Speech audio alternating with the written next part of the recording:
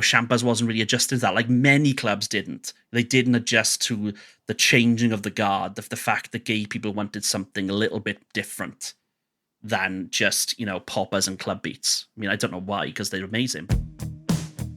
Hello, I am Kay Anderson, and you are listening to Lost Spaces, the podcast that mourns the death of queer nightlife. Every episode, I talk to a different person about a venue from their past, the memories they created there, and the people that they used to know.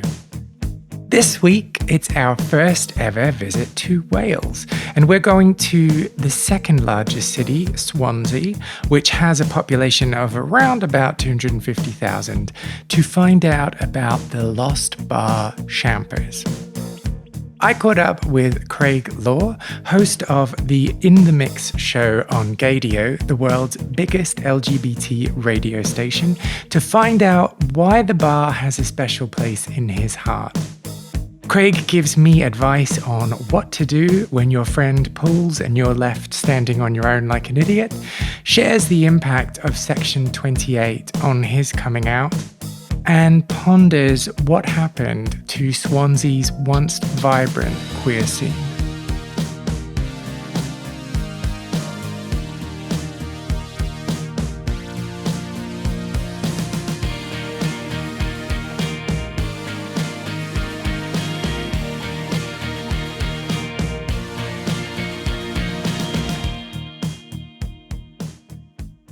Well, to be honest, I don't think I knew what gay was growing up. It's really cliche, but you knew you were different, but you couldn't quite put your finger on why.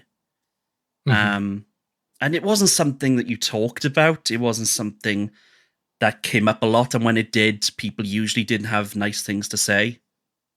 So that was something. Of course, when it finally clicks that you know why you're different and why you feel something that society at the time told you was wrong, it was a culture shock. It was really hard. And so what was when did the penny drop? I can't really put a time on it. It just kind of happened when when you just kind of realize, why don't I fancy these really stunning girls? I had a lot of female friends in school. I had a lot of male friends because I played football, or soccer to a lot of international listeners. And I just didn't understand why I wasn't being attracted to these girls like my friends were. My friends would all be having banter and talking about girls in, very explicit ways. And it didn't faze me one bit. I didn't have anything to contribute. And then, you started realizing why. And you just kind of were like, oh, okay. And I think the only time I can really pinpoint it in school was when the first time I came out, and I was really struggling. I mean, I was really struggling. I used to be quite an intelligent, bright student. I'd get really good grades, and because of struggling, my grades kind of just went off the deep end. Mm. And I remember telling my teacher about it, because I was really struggling, and I think I needed help. I really did, and she said, I can't talk to you about this. Of course. And it was because of Section 28 at the time. I mean, I didn't know anything about it. I was a 14-year-old kid.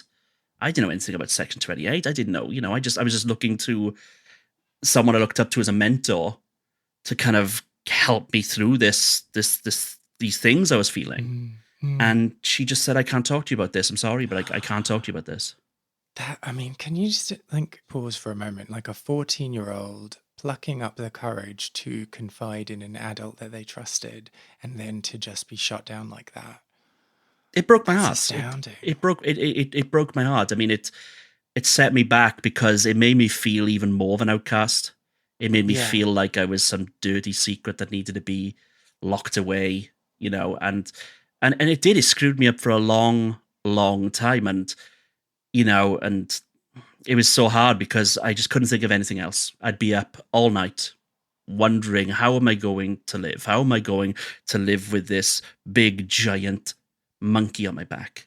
How am I gonna do that? And did that conversation then impact what you did next in terms of talking to other people about it? Oh, definitely. Yeah. I don't think I told anyone for another 2.5 years. Oh You know, gosh. I Oh, just, I that's just, tough. I just, I just, I just couldn't. You know, I couldn't. I just felt so. What's the word? I felt so alone. I just Mm. felt completely abandoned and ashamed because I was coming round to the idea that, maybe there's a path for me here. Maybe there's a way I can reconcile these feelings and reconcile the fact that I am different. And, and hopefully that teacher would have helped me see that and see it through. But no, she couldn't talk to me about it. And I was just dismissed like I was some sort of, turd on her shoe. And then the 2.5 years later, who was the person that you spoke to next about it? So it's a female friend of mine. And she didn't take it too well because she had feelings for me. We were very close, but it was very much, it's all very, cats in the cradle, in that she had feelings for me and obviously I didn't. So, as part of that conversation, I had to come clean. I had to, tell her my truth, and she was extremely shocked. Which, I mean, back then, I didn't have any, I wasn't, I wasn't like effeminate. I wasn't flamboyant in any way. I was just me. I used to play football. I like sports, and and I'm not saying that's a factor anymore because there's plenty of gays who like football and play sports now. But Mm. but the stereotype back then was if you like football and play sports, you can't be gay. So she was very, very shocked. And, thankfully for me, that was the last negative experience I ever had telling someone, about it. So was it like she was shocked in there and it just took some time for her to get over, or was it worse than that? I think she was just shocked and hurt. I think Uh-huh. it's definitely one of those things that the longer you leave it, the harder it gets. And I just think she felt kind of betrayed that I didn't confide that much sooner. Yeah. But again, I mean, I probably would have if I'd had some, the support and if I had the help I think I needed. Maybe I would have, but it's just I couldn't think of it. I just dreaded the idea. It made me sick to my stomach to think about doing it. It's such a weird head fuck, isn't it? I had a similar situation, and you know, every single sign was pointing towards me being a homo, and everyone, you know, everyone just took every opportunity to tell me, like, oh, you're going to be gay when you grow up, and like you're a fag. But I had a close female friend, and we just did everything together, and we were just like so tight, and uh yeah, then kind of having to be like, oh yeah, you know how like everyone says I'm gay, like I am. That was so difficult, and it felt like, yeah, it felt like I was betraying her. Mm. I know exactly, and I think that's what she felt in the moment as well. I think she felt kind of betrayed by me not feeling comfortable enough to confide that, and also because she was hurt by the fact that that the feelings that she had weren't reciprocated. Mm, mm. So I think it was kind of a mix of all of that. But like I said, thankfully, it was the last kind of negative experience I've had around coming out.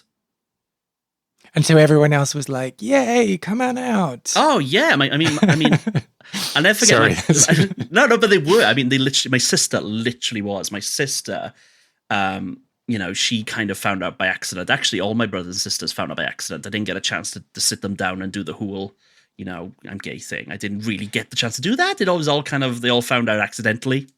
How do you find out accidentally, like finding Well, your magazines?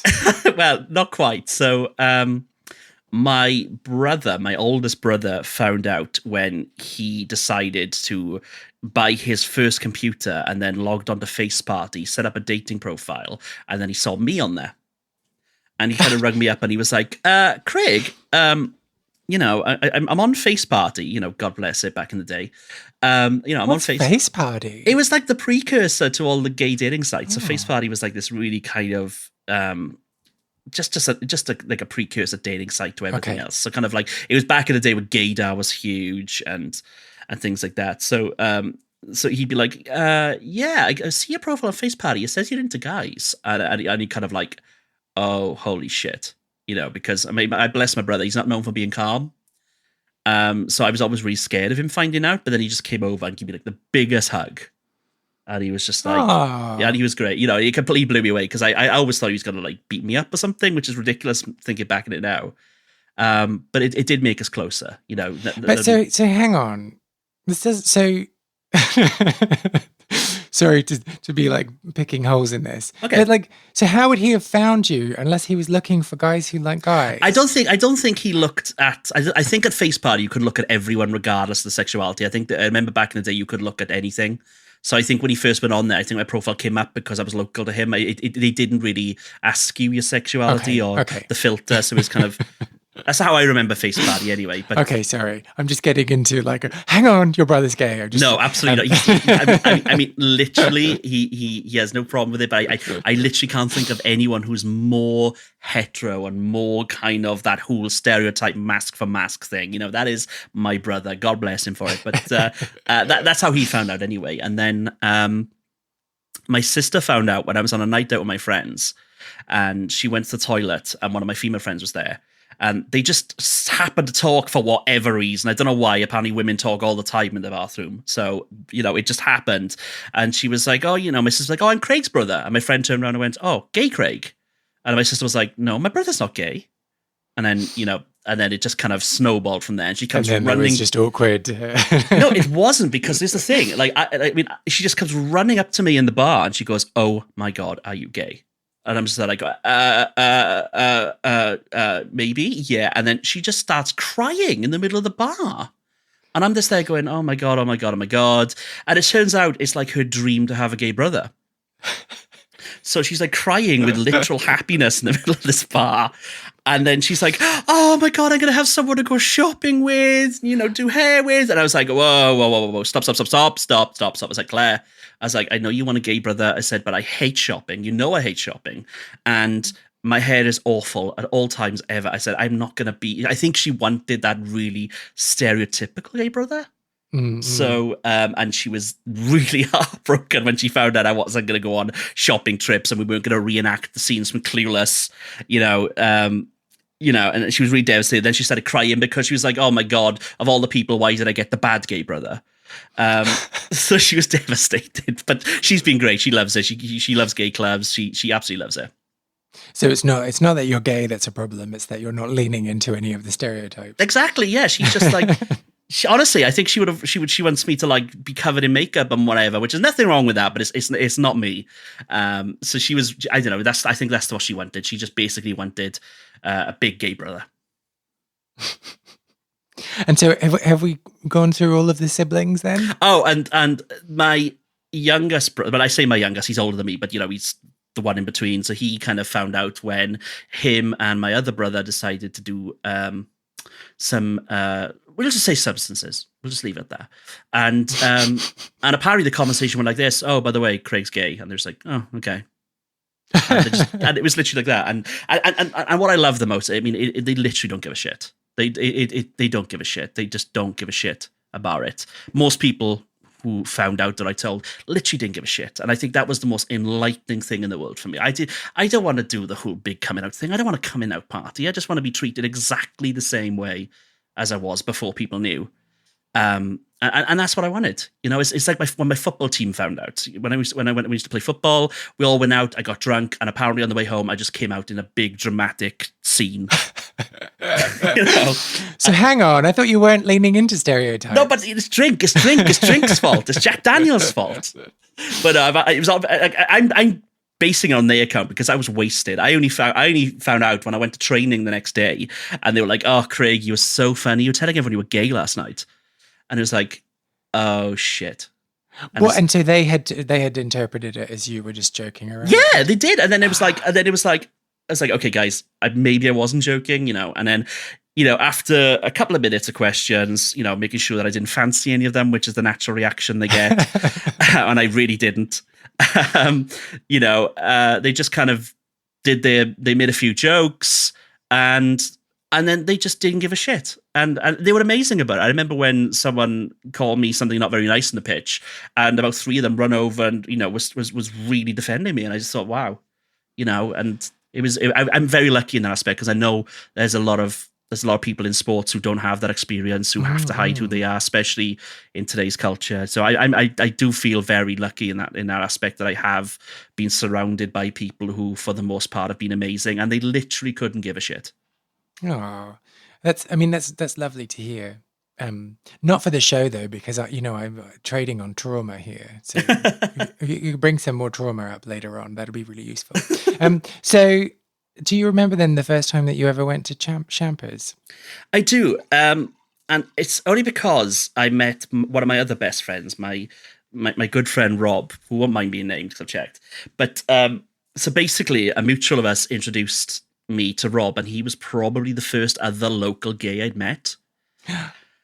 And I've just remembered Only Gay in the Village. Sorry, let's not talk about. Oh no, it's terrible. Sorry, that show made my life hell for like 3 years. And it was it's fine. It's just like I called David for like 3 years. Bacardi Corby's my van way. Only 3 years. Well, it gets put to bed thanks to Harry Potter, Ron Weasley, and Ed Sheeran. New things come up when you look like me and sound like me. New things always come up. Okay. Anyway, so move on. So there was another. There was another gay in the village, and basically, he was cute. He was funny, and I always remember the first time we met. I was like, "Can I have your number?" And him, out of pure politeness, gave it to me because none of us knew what we were doing, and then I sent him a text going, "Hey, do you want to go out?" And bless his cotton socks, he sent me this essay. And I mean, it must have been, it was back in the days when you could only have like 10 messages on your phone. And he must have sent me an essay that pretty much filled my phone, being really cute. I mean, like, look, I don't see it that way. I don't have that attraction, very cute, very lovely, very kind of diplomatic, bless him. And it's the most Rob thing in the world. Horrible. It's horrible when you get that message. No, and you're like, that's the thing. No, it wasn't. No, but it's like, how do I respond to this? Like, I can either be like, oh yeah, no, I don't fancy you either. And then in which case they're going to be like, oh, they're just lying. Or you can be like, oh, devastated. And then they're going to be like, oh, well, I've got the upper hand. Thing is, There's obviously, just no I was way to devastated. respond to that. Yeah, I was devastated, but it was the nicest possible rejection you could ever have. I mean, if all my rejections were that nice, I'd be cool. I'd be fine. But so anyone who's listening, if you're going to reject Craig in the future, make sure you write an essay. 1,000-word essay, please. But no, so he rejects me, and we just kept in touch because he was lovely. He hasn't got a bad bone in his body. I've known him for 20 years. He hasn't got a bad bone in his body. Well, maybe not 20 years, but less, whatever. But he decides to text me on Valentine's Day, and he's like, "What are you up to?" And I was like, "Nothing. I'm single, and we live in South Wales, the gay desert of Britain."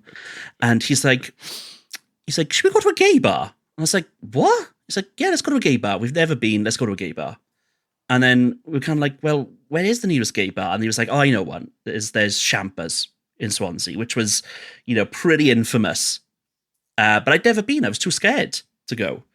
So we just ended up going to Swansea, and it was the best night ever. Not just because it was my first experience of an LGBT venue, because I met one of my closest friends. I met someone who's practically family to me, and that is the start of the friendship. And we got that friendship going in a gay bar. We both braved this new experience together. And it was like I said, it was eye-opening, but it was incredible to be in a space where you didn't have to pretend who you were, and it was the first time for both of us. And so you said that you were scared of going on your own. You were terrified of that. Was Rob like the person who was like, "We're going to do it, and we're going, and this is just the way it is," or were you kind of geeing each other up to go? Both. It was kind of a mix of both. He was the one who was kind of like, we need to do this. We have to do this. Let's do this. We can't be single forever. We need to get out there. And he's very much been that guy. He's very much, he puts himself out there. He wears his heart on his sleeve, and it's all great. He's one of the best people I know for that. But we did have to G each other on, because we were just kind of, I remember we were standing outside the door, and we were like, "Are we really going to do this?" Mm-hmm. And, and we're like, "Oh, Christ, let's do it." And then, obviously we dealt with it the only way you know how. Drink. Okay, so before we get to the drink, so just describe that feeling to me, like standing outside and trying to talk each other into going in. Well, it was literally stepping into the unknown. You have no idea what was on the other side. And Champers used to have this kind of really Art Deco look to it. It'd have these clear glass blocks, very 1960s. So you can kind of see what's going on in the bar, but your mind is whirring. You've passed it dozens of times, and you've always wondered, God, I wonder what goes in there. And of course, you hear stories. But What stories? What stories? So, well, like, if you're a regular, what was like in your brain? obviously my brain was, I was expecting to be in there and there'd be just lots of really horrible, nasty, seedy men, given what I was told about what gay clubs were like. And of course, it couldn't be further from the truth. It couldn't be more further from the truth. And again, it goes back to that small town mentality that me and Rob grew up in, and we had no idea what was on the other side of the door, except that we knew we wanted to see it. We knew, deep down, if we were going to be ourselves, we had to do it, and screw whatever's on the other side of the door. Not literally, but but we Well, had. thank you for clarifying. I've got to. And so, how, like, do you remember how long you were actually standing outside before you It was took only a the couple of plunge? minutes. I mean, I'm trying not to make it a whole big dramatic lifetime shot movie, but it felt like a lifetime. It did, because looking back, it's one of those decisions where in an alternate universe, I didn't go through the door and I'm still this closeted guy and happily married. But we did go through the door, and it was have to be in this really friendly space. And that's one thing I've always loved about the Welsh gay scene, is how friendly it is. I'm lucky to have played and DJ'd and gone to a lot of really incredible scenes. But for me, the Welsh one is always the most welcoming and always the most friendly. And I might be biased because I'm Welsh, but it is. And Champers was like that. It was literally like stepping on a new world. Okay, so you've stepped into the new world. What happens when you go through the front door of the bar? Well, in Champers' case, you used to be greeted by this really strange oval bar that's smack bang in the middle of the room. So there's literally no hiding, because the bar's in the middle of the room. Everyone can kind of congregate around the bar, and there's no hiding. There's no escape. When you walk in there, and you're kind of just like, oh my God. And then within about an hour, once you've sank a couple of cheeky vodkas, you kind of just realize that, yeah, this is where you're supposed to be. Because that's the thing about Champers. It really did make you feel ease. It was a pretty big venue, probably the biggest in Swansea. I mean, there was a bigger one, but it shut down way before I got to go there. Mm-hmm. But it was pretty big, but it always felt like home. It was a great place to just kind of get your gay feet kind of in the water, And so, like, what was the clientele like? Well, that's the thing. It was just a mix. It was just this eclectic mix. I mean, you had guys who were our age. You had guys who were much older. You had kind of the stereotypical effeminate gays. You had just the mask for mask muscle Marys. It was just a really eclectic mix, and that's one of the things that made it amazing. And one of the things, with very few exceptions, everyone was friendly. You could go up and talk to them if you were sitting on your own by the bar. Because your friends pulled, or they'd gone to the toilet. They'll come and talk to you. They'd they'll want to know about you, and it wasn't just a pickup line. You just always felt kind of at ease because of this eclectic mix of people. I think, I've been into plenty of bars where I felt like a fish out of water because of the way I look and the confidence I don't have. But going to Champers was the absolute best first experience I could have. Oh, you said before about, like, the rumors that of the kind of place it was. And was that all kind of born on the homophobia and the kind of belief that, like, oh, if you're gay, you're going to end up single and alone. So of course that bar is just full of old men, just absolutely. leering at people. I mean, that's I think that's the thing that upset me most, was the idea that because of who I am, that I was destined to be alone. That I was destined to be spurned by society, like I could never be a productive member of society, like I could never be happy, because that's the way it was kind of sold to me when I was growing up. When I was really struggling, that's the way we were kind of made to feel. And obviously it's very different now. Thank God it's very different now. But back then, it just felt like the worst news. It felt like you've just been given a terminal diagnosis for something. That's how bad it felt.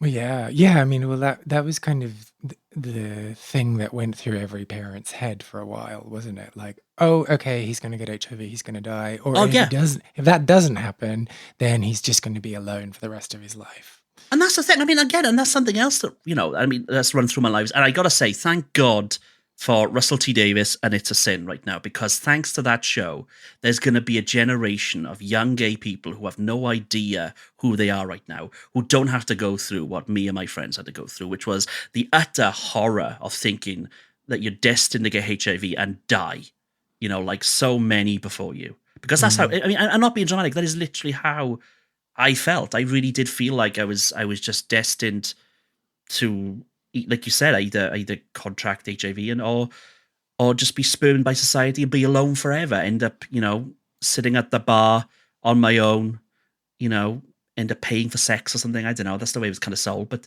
and there's a really weird. It's a really weird thing, isn't it? Like this whole generation of men who grew up just accepting. I don't know, like just kind of being like, well, that's what society is telling me.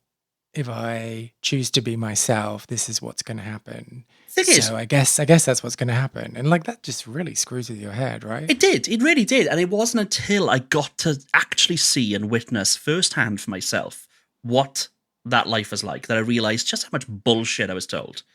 Like the people who were telling me these things had no idea at all. But did you not have any like residual like hangover feeling even once that myth had been debunked?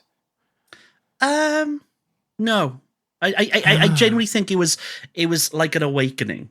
It was like you go to this environment not knowing what to expect, but expecting the worst. It's one of those hoping for the best but expecting for the worst kind of situations. Yeah. And I think spending time in there, and especially doing it with someone like someone who's now my best friend, doing it with someone I can trust, I confide in, and be my authentic self with, I think it just completely put to bed every single rumor I'd heard. Because you couldn't have met lovelier people to meet. You couldn't have met a nicer community who'd pull together to help you if you needed it, and that's the way it was. And I just had so many amazing times in Champers after that. And it was a learning experience. It was like a re-education. It was like a re-education. I was being taught that, you have options. There is a life for you. You're not destined to die lonely of HIV, like it was being sold to you by, and the way Section 28 made you feel, that there was a future. You did have a place. It was perfectly okay, and it was all thanks to my, my experience of going through those doors, Oh, wow. That's so powerful. I think I just hung on to that for a bit too long. Even if I was outwardly saying, well, that's not the case, that's not what's happening. I think that there was just so like deeply embedded in my psyche that kind of just stuck with me for a while. But sorry, this isn't about me, this is about you.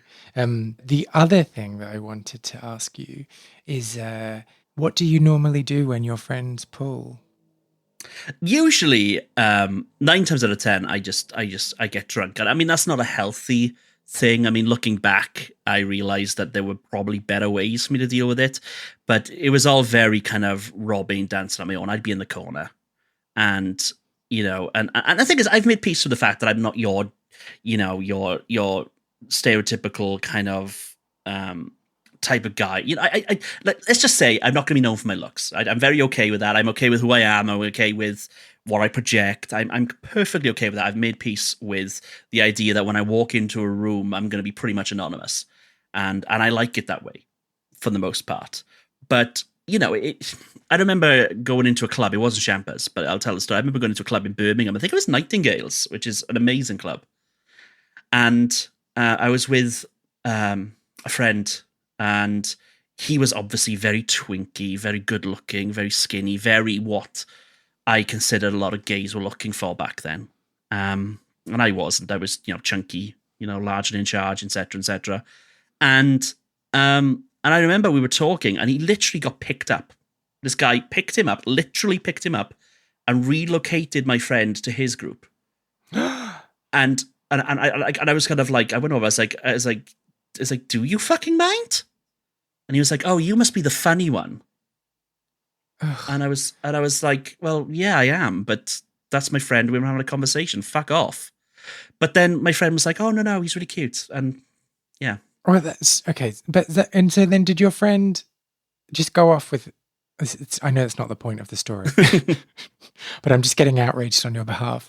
Did your friend like go off with this guy then after he did that to you? Oh, yeah. I mean, there's many reasons why we aren't friends anymore, but I realized that I was kind of always cast as the funny one. I was always cast as, you see these really horrible movies and they tell you that there's always a friend in the group that's there to make others look good. I felt like that friend. And I was just kind of there for convenience. I was there until he could find someone prettier to hang out with. Ugh, that's really shit. But the thing is, it's not, that's just not my experience. That's a lot of people's experience. And part of accepting, being gay is accepting your place, I think. And, I obviously it was devastating to realize that you were not the pretty one or you weren't desired, but you kind of just realize, hang on, there's other qualities to me than the way I look. And you just kind of make peace with it. And you just kind of go, you know what, the right person comes along and appreciates you, as cliche as it is. So, like I said, I've always liked that I'm kind of anonymous because I'm really, really shit at talking to people. I was always like the moody one. Really? I was always like so incapable of like just talking to people like normally. So I think I just came off as really aloof and really I don't know. Oh my God, that's the same for me. That's literally the same for me. I mean, the number of times that people say to me, oh, I thought you were a dick when I first met you, because they'll meet me and I'm just like, I shrivel up. When I meet new people, I just shrivel up. I mean, I've been lucky to play to crowds of like 15,000 at huge pride events. But the idea of clocking another guy's eye across the bar and going up to him and talking to him is literally my worst nightmare. I cannot do it. No amount of Jack Daniels on this planet can make that happen. It's my worst fear. I just can't do it. So when people meet me and I'm just this really kind of, and I do come off as ignorant, I know. But, once I've loosened up and got to know someone, I become myself. And then they're like, oh, I thought you were a dick the first time, Craig. And it's horrible, isn't it? It's like, you don't want to make a fool of yourself. So you just end up just not saying anything. Yeah, exactly. I mean, and the thing is, I have verbal diarrhea. I have this innate ability that when I do say something, really? I do. Oh my God, yeah. I just do. I have the worst. Honestly, I have no game at all. I have none at all. I mean, I could talk a good game on the radio, but you put me in a club and I'm just, no. It's awful. I'm an example of what not to do when you want to pull in a gay club. It's just, I think like maybe 1 in every 10 people think I'm hilarious, and then everyone else is just like, what the fuck are you talking about? So I just kind of learned to just be like, well, I'll just say nothing. See, and this is why I love being a DJ, because now I get to be in the club, I get to be in the party, but I'm protected in my own little bubble that is the DJ box. And you've got purpose, you've got something to do. Exactly, yeah. And I'm being paid for it, which is equally great, but it's also, I'm protected as a bubble. I'm usually got a bouncer next to me. I don't have to be social. I'm too busy to be social. I'm not expected to be social. I'm just there to press play, get drunk, and get the party going, and I love that. But there's the power as well, isn't there? Like, oh, you want me to play your song, do you? I do love that. I mean, if any DJ tells you that they don't love that, they're lying. They're so lying. It is great, especially when someone really cute comes and asks you. So, like when somebody you've been clocking eyes on, you're like, oh yeah, definitely like that. And then they come and ask you for a song. 9 times out of 10 for the past 2 years, it's been Ariana Grande. For some reason, every guy I likes Ariana Grande. I don't know, it's weird. But they come over and ask for Ariana Grande. I was like, well, I could play it for you, I guess. but it's one of those things. But you know, it comes with the territory, and I think that's you know, and again, that's another evolution of me being comfortable in gay bars is just feeling like I had a place, because 9 times out of 10, if you want to get your little violin out, you can, but 9 times out of 10, I don't. If I'm not behind the box in a DJ, in a bar, I just don't feel, It's a lot of bars I don't feel comfortable in, because I just feel like they're looking at me and they kind of going, "Oh God, what's that thing doing in here?" I don't think that that's an unusual response. No. I think a lot of people do. I wanted to keep asking about when your friends pull, because I could never figure out what to do. Again, this goes back to the beauty of a club like Champers. Like a lot of great gay bars and gay clubs. Even if your friends pull, sometimes you just don't care, because you're just having such a good time. And I think when you're out with a group of gays, gay friends, or you're a gay wingman, whatever, you just learn to accept that. It's happened to me loads of times, and I've just learned to get drunk and, just have a little party on my own. And, sometimes it ends up with me sticking Adele on in bed and crying my eyes out.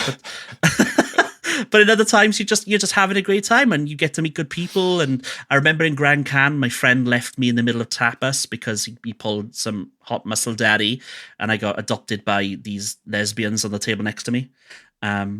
So, and they were funny, and we had a great night. But, I think it's one of those things that it just kind of happens. I've just kind of learned that it happens, and there's a way to deal with it, and that is just don't let it ruin your night, and understand that, that your friends are going to come back with a damn good story the next day.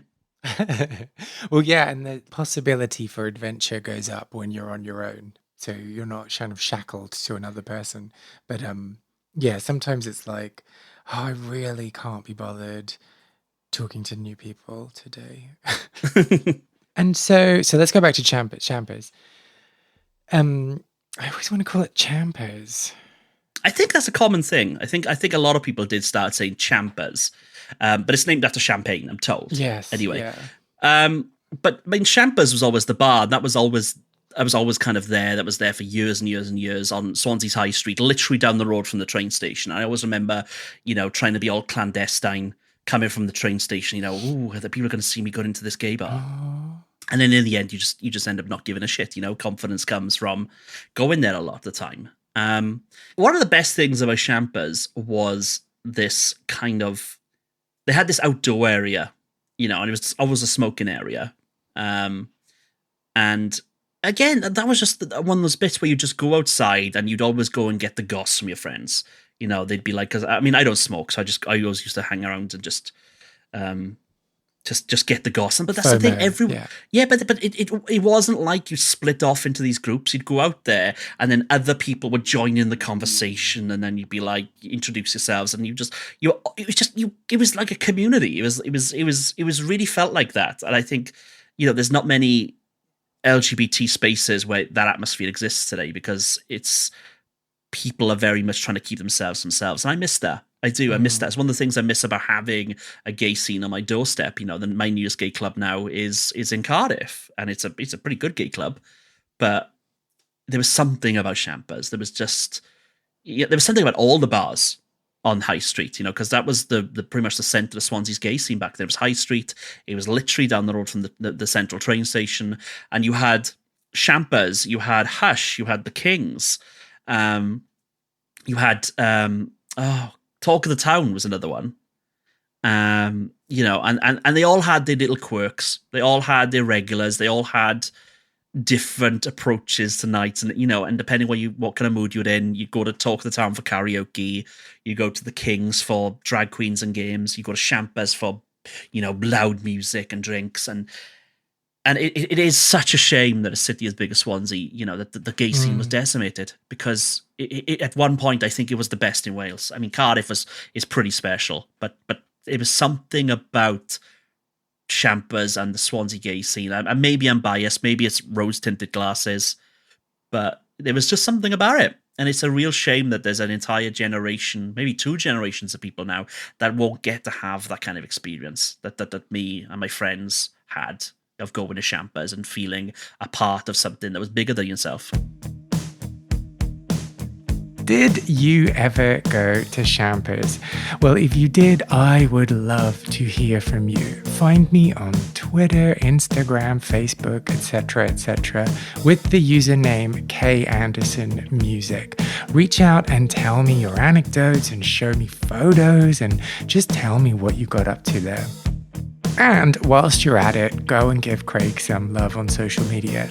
You can listen to his mixes at mixcloud.com/DJ Craig Law. And you can also find him on Twitter with the same username, DJ Craig Law. Lost Spaces is not only a podcast, but a concept record as well. I've been writing songs about queer venues and the people who used to live their lives there, and will be releasing songs over the coming year. You can hear the first single, Well Groomed Boys, which is also playing underneath my talking right now on all good streaming platforms. If you liked this episode, I would really appreciate if you subscribed, left a review on Apple Podcasts, or just told people who you think might be interested in giving it a little listen too. I am Kay Anderson, and you have been listening to Lost Spaces.